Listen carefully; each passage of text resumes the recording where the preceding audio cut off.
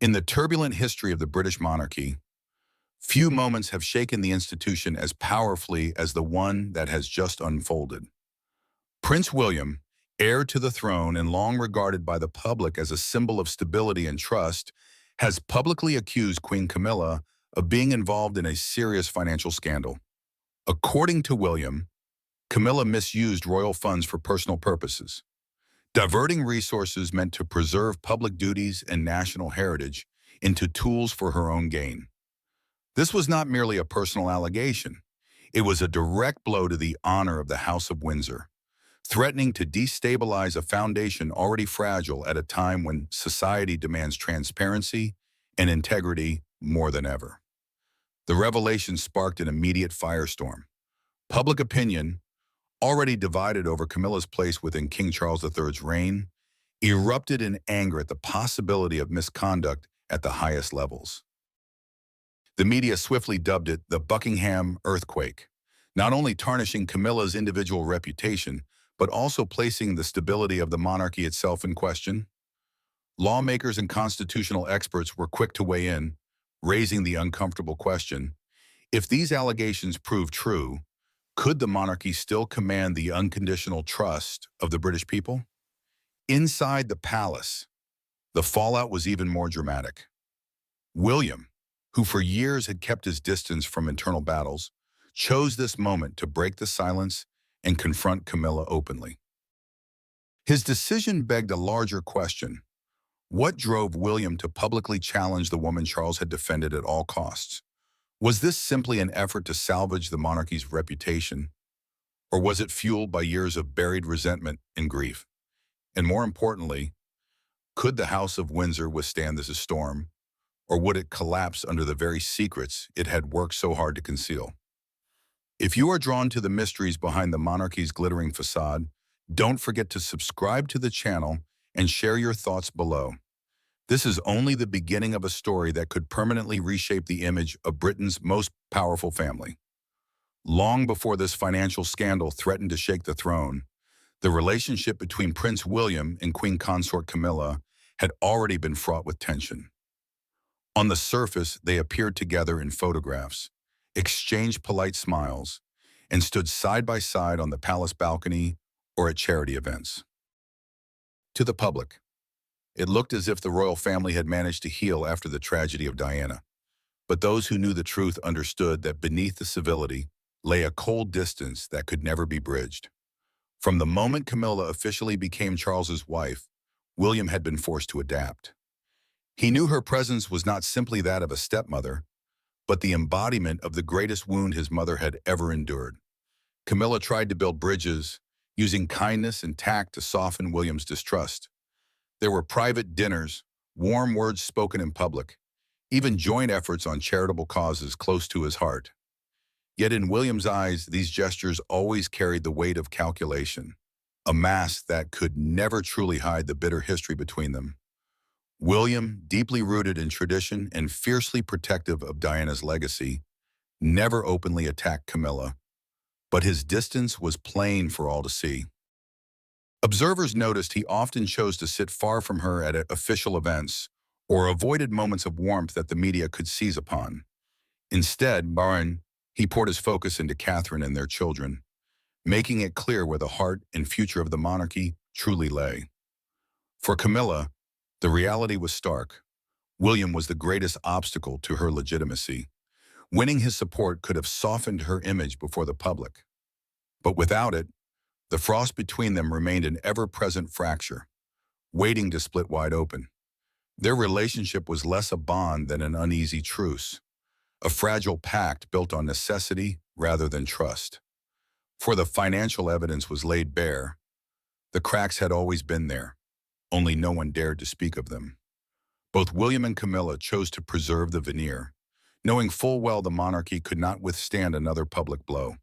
But fate has a cruel way of unraveling secrets. Tensions that had long been suppressed eventually erupted, and when the financial scandal broke, every hidden distance between William and Camilla suddenly solidified into an unbridgeable wall. The strain in their relationship, once simmering quietly, exploded into a full-scale earthquake when the prince decided to go further than he ever had before.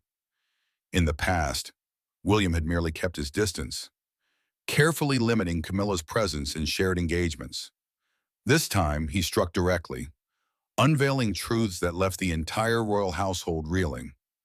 At an emergency meeting convened within the palace walls, William arrived carrying a thick file of documents, papers he declared were irrefutable proof of Camilla's abuse of royal funds. The atmosphere in the room was thick with tension.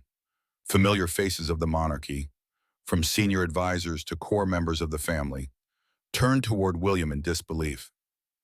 Never had the usually composed prince revealed such steely resolve. His voice cut through the silence, measured, steady, yet chillingly cold, as he recited figures, unexplained expenses, and a trail of dubious transactions. The documents, according to William, exposed a network of secret overseas accounts, channeling money into funds deliberately hidden from official royal records. More alarmingly, they detailed massive real estate dealings, shielded by shell companies to obscure ownership.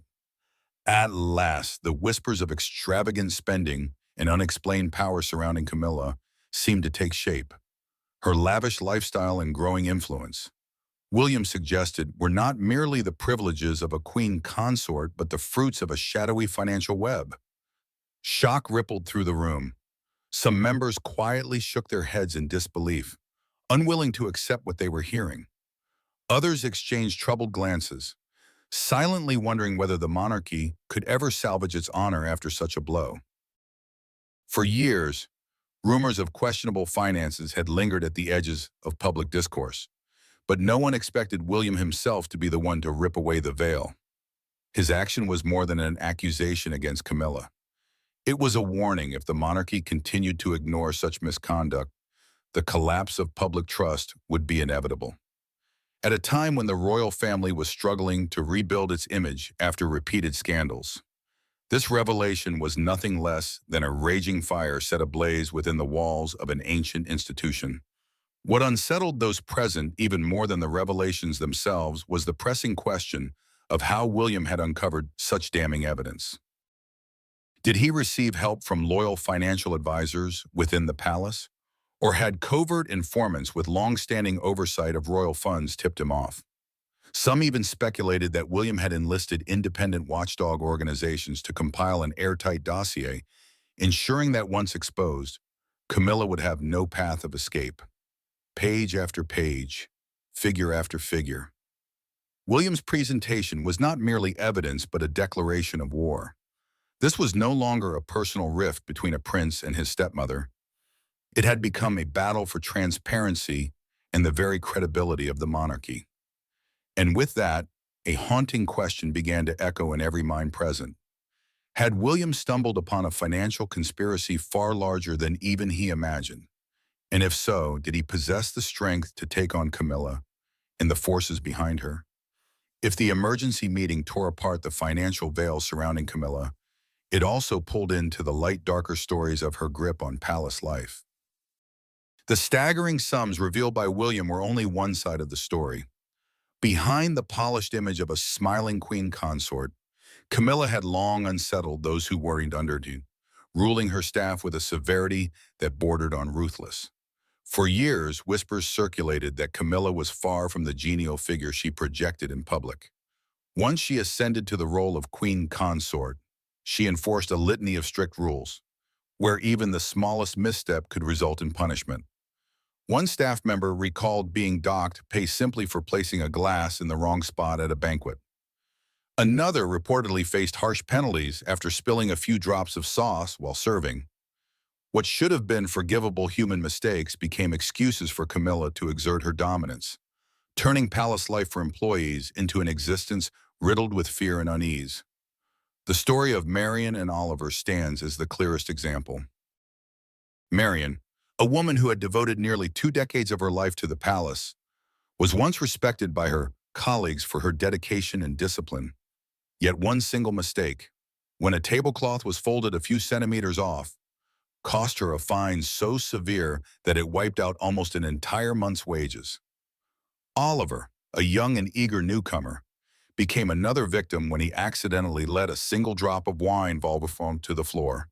That tiny mishap saddled him with a fine so steep he could no longer afford his rent, forcing him to borrow from friends just to survive. These seemingly small incidents revealed the sheer injustice and crushing pressure that Camilla imposed on people who only wished to fulfill their duties. The atmosphere inside the palace grew more suffocating than ever. Staff arrived each day with heavy hearts, terrified that every gesture, every step, could be twisted into an excuse for punishment. Instead of a workplace tied to pride and loyalty, the palace was transformed into a place haunted by fear. Forced smiles, wary glances, and whispered conversations behind closed doors became the new normal. As William pushed forward in exposing financial secrets, the accusations that Camilla had abused her own staff cut even deeper into her already shaky image. The public now questioned not only the money but the moral integrity of a woman who bears the title of queen. And in this tense climate, one painful truth began to emerge. Was Camilla turning herself into a symbol of fear rather than a figure of respect? The stories of unfair fines endured by Marion, Oliver, and many others seemed, at first, to remain private frustrations within the palace walls. But when William began digging deeper, he stumbled upon something far more explosive. The fines never disappeared into the palace's financial system as they should have. Instead, the money was funneled into a shadowy fund worth £48,000, which was then quietly transferred into an account under Camilla's control. What shocked everyone most was how cleverly this money trail was hidden. It wasn't just petty sums buried in the books. It was an organized scheme, executed with sophisticated layers of intermediaries. William traced the funds and discovered that the money from palace staff fines was being laundered through a shell company based in Thailand.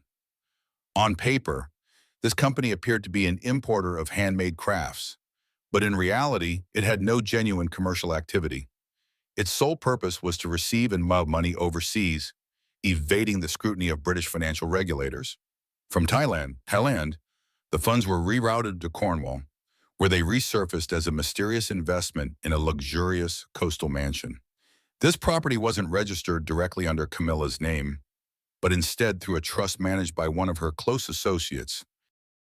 Yet, cross-checking records revealed a striking overlap between the timing of money transfers and payments made for renovations to the mansion. What made the case undeniable was a series of leaked emails from Camilla's own office. In them were explicit instructions demanding that all collections from the fine fund be transferred into the shell company's account, with an emphasis that this must remain strictly confidential. One email even bore the digital signature of a senior aide, confirming that the transfer had been completed according to Her Majesty's directions. For William, this evidence was a razor-sharp blade, proof that the hard-earned money of palace staff had been twisted into a private cash machine. This revelation sent shockwaves not only through William, but through all those who had once respected Camilla. It transformed the fines from petty cruelty into a calculated scheme of personal enrichment. Instead of being a royal figurehead, Camilla now appeared as a woman exploiting her power, turning fear into profit. Royal experts commented that William's discovery was the missing piece of the scandal.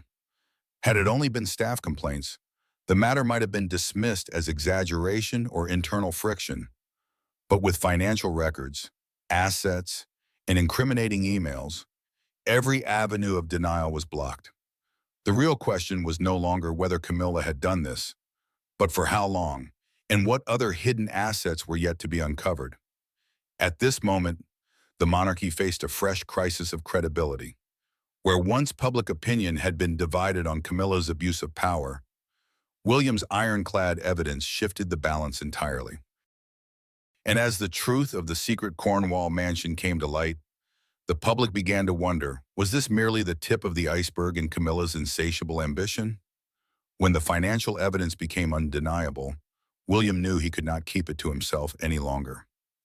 After countless sleepless nights, he resolved to confront Camilla directly.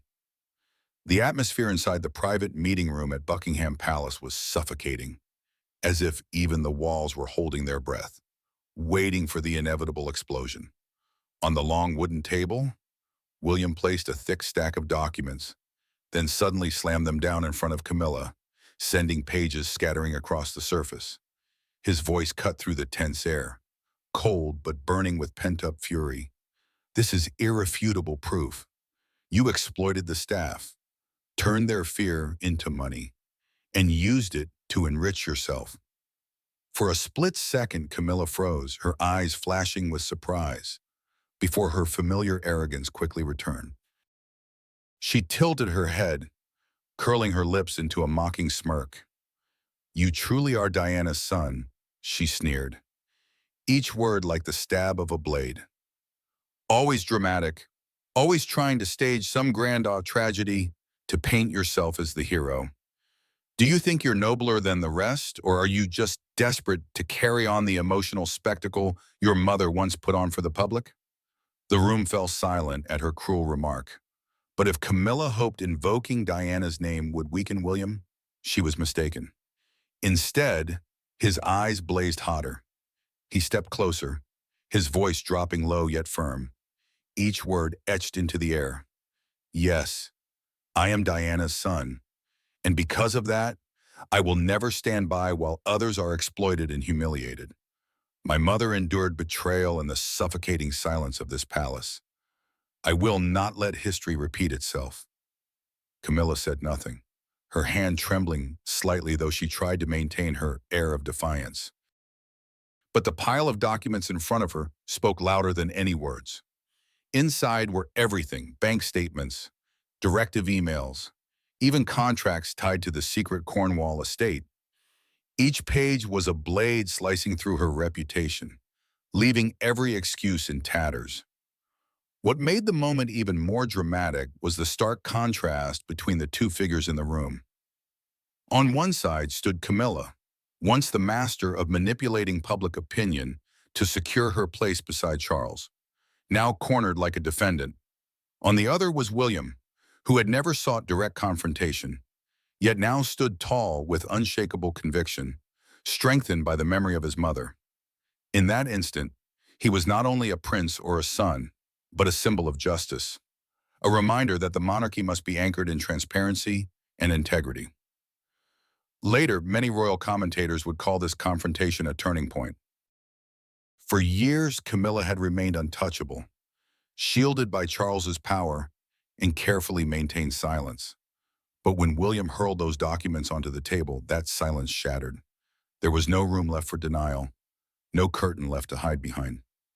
In the eyes of the public, William's stance evoked Diana not in tragedy, but in courage, the courage to voice truths others wanted buried. He wasn't fighting merely for his own honor, but for the staff who had been abused, for the moral legacy his mother had left behind. That was why, when Camilla mocked that he was Diana's son, William transformed her taunt into a vow of honor.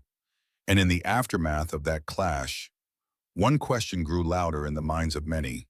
Could Charles continue shielding Camilla when the truth now lay bare? And when William had publicly taken his stand for justice? After witnessing the fiery confrontation between William and Camilla, Charles had no choice but to speak. His face bore exhaustion, his eyes etched with the deep lines of a man torn between king, husband, and father. Raising his hand to urge William to sit, he spoke slowly, his voice hoarse and unsteady. "William, this cannot get out. It will destroy the monarchy, plunge us into a crisis we may never recover from. Let me handle it internally. I promise I will act, but you must stay silent." The room sank into silence, broken only by the ticking of a clock. William held his father's gaze, unwavering. He drew a deep breath, then replied, each word slicing through the air. "No, y'all. Father, justice cannot be bargained away. Mother was betrayed by the silence of this palace, and if I stay silent now, her sacrifice becomes meaningless. I will not repeat that mistake." Charles closed his eyes, bitterness flickering across his face. He knew William was right, yet his heart felt torn in two. On one side was the wife he had fought for years to legitimize. On the other was his son, carrying the trust and admiration of the public. To protect Camilla meant losing William and the nation. To stand with William meant casting his marriage into ruin. After a heavy pause, Charles opened his eyes and looked straight at his son. His voice dropped, weighted like stone. You want justice, then justice it will be. I will not shield her any longer. But remember, this decision will change everything. Then, yet, in a moment no one in the room would ever forget, Charles picked up the file and placed it in front of his son. His words rang out clear, each syllable carrying the weight of a solemn pledge. From this moment on, all financial oversight of the royal household will be entrusted to you. I believe you will guard this family's honor better than anyone else. In that instant, the balance of power within the monarchy shifted.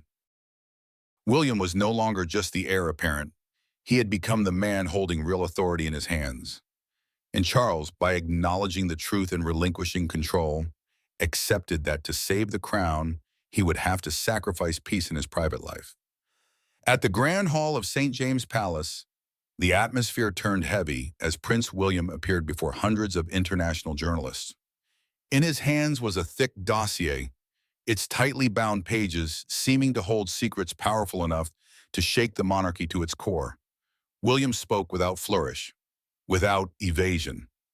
He declared openly that there was irrefutable evidence of fines and treasury funds being misappropriated.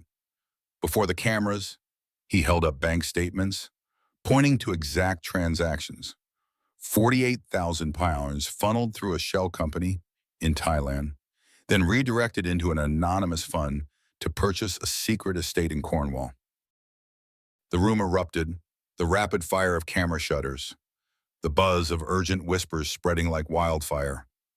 But William pressed on. He pulled up a digital file on the large screen behind him. A series of authenticated emails appeared, each traced back to the office of Queen Camilla. One message in particular froze the hall into stunned silence. It bore Camilla's own electronic signature, instructing intermediaries on how to process the transfers. In that moment, the veil was torn away. These were no longer rumors, no longer speculation. This was truth, raw and undeniable, displayed for the world to see. Camilla, seated in the front row, paled. Rising to her feet, she tried to counter, insisting the emails had been doctored, that her directives were merely administrative and unrelated to personal finance. But her words fell flat under the piercing gaze of hundreds of journalists. The digital signature was damning. Every attempt at denial dissolved against the weight of the evidence. Shouts rang out, questions hurled, and the Queen Consort found herself cornered with no escape. What shocked the world even more was Charles's silence. The king sat rigid, his face tense, his eyes distant. Not once did he rise to defend his wife. That silence in that room spoke louder than 1,000 words. It was an unspoken admission that William's revelations could not be denied. The press erupted, the story hurtling instantly to the center of global headlines. Outlets from the Times to the Guardian to the New York Times pushed breaking alerts with explosive headlines about the monarchy in crisis. The impact of that press conference rippled far beyond palace walls. Social media exploded, thousands of posts of shock, outrage, and demands for sweeping reform to the monarchy itself. Crowds gathered outside, expecting a routine royal appearance, but instead became witnesses to a political and family earthquake. William, with unflinching resolve in the steel of his mother's legacy, had done what no one imagined possible. He exposed the truth from within the palace itself. And in that moment, Camilla cornered, Charles silent, the world watching, the monarchy's darkest chapter opened before the public eye, one whose aftershocks would reverberate for years. Within hours, video clips of William raising the bank records, the emails, the Cornwall estate details went viral. On YouTube and across every platform, the phrase "the corrupt crown" spread like wildfire, racking up more than 20 million views in just 24 hours. It was no longer mere reporting. It had become a symbol of generational defiance, a son of Diana openly challenging the entrenched powers that had long overshadowed his family. The phrase "the corrupt crown" cut like a blade through the carefully curated image of royal virtue. Public reaction was immediate and fierce. Thousands hailed William as the rightful heir to the throne, a man brave enough to stand against injustice, even if it meant confronting his own father. Newspapers drew direct parallels to Princess Diana, dubbing him the true heir to Diana's spirit, celebrating his courage, integrity, and his connection to ordinary people. Images of William side by side with Diana spread like wildfire, casting him as the continuation of her unfinished fight against the forces that had once crushed her. Camilla, meanwhile, became the lightning rod of global criticism. The press painted her as a manipulator, a woman who had exploited her position for greed and secrecy. Opinion columns described her as cold, calculating, utterly unlike the royal consort the public had once hoped for. On social media, ridicule poured down in torrents, mocking nicknames, venomous memes, branding her as the woman who had brought the monarchy to the brink. The image of the monarchy, once seen as untouchable, now lies shattered in the eyes of the public. Trust has been shaken to its core, as long-standing symbols of tradition are exposed in a mire of corruption and intrigue. The media replayed endlessly the image of William holding aloft the file, his face resolute, yet his eyes filled with pain, as if to remind the world that this was not merely a financial scandal, but a battle for honor and justice. The force of modern media turned that press conference into a global earthquake. And in the middle of the storm, the public began to ask, could this be the beginning of an irreversible change for the British monarchy, where an old chapter collapses to make way for a new era of transparency and connection? As the shockwaves from the financial scandal and the explosive press conference spread, the monarchy was forced to make an unprecedented decision in modern history. Camilla was expelled from the center of power, ordered to leave the palace and retreat to a remote country home. The titles once bestowed upon her were quietly but firmly stripped away. Her role in official engagements came to an end, marking a final line under a period of controversy and division. For many, this was delayed justice for Diana, a cleansing act to restore some measure of dignity to the crown. But for Camilla, it was nothing less than total collapse, a fall from the heights of power that left no path to redemption. Alongside Camilla's removal, William set in motion a process of restoring order within the palace. One of his first and most symbolic steps was to abolish the harsh regulations Camilla had once imposed on palace staff. Unfair fines for trivial mistakes, such as spilling sauce or misplacing a glass, were repaid in full. Beyond that, William authorized wage increases, improved working conditions, and reinstated the respect and dignity that palace staff had always deserved. The story of Marion and Oliver, once victims of those absurd penalties, resurfaced as living proof of real change.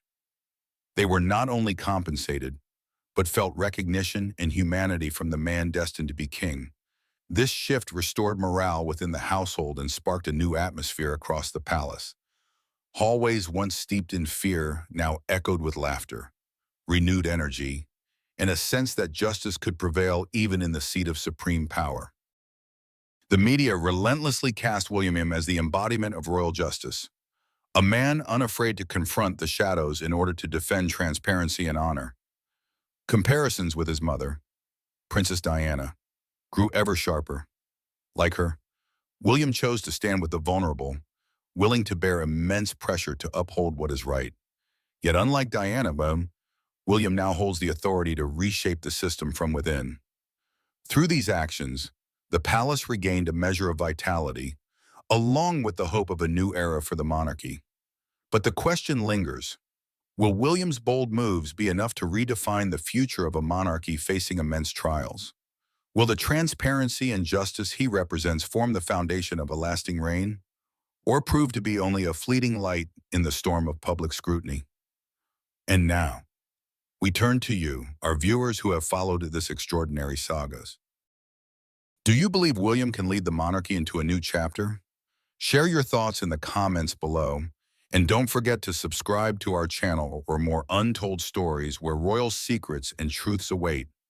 Because sometimes the justice we long for rests in the hands of those brave enough to challenge the throne itself.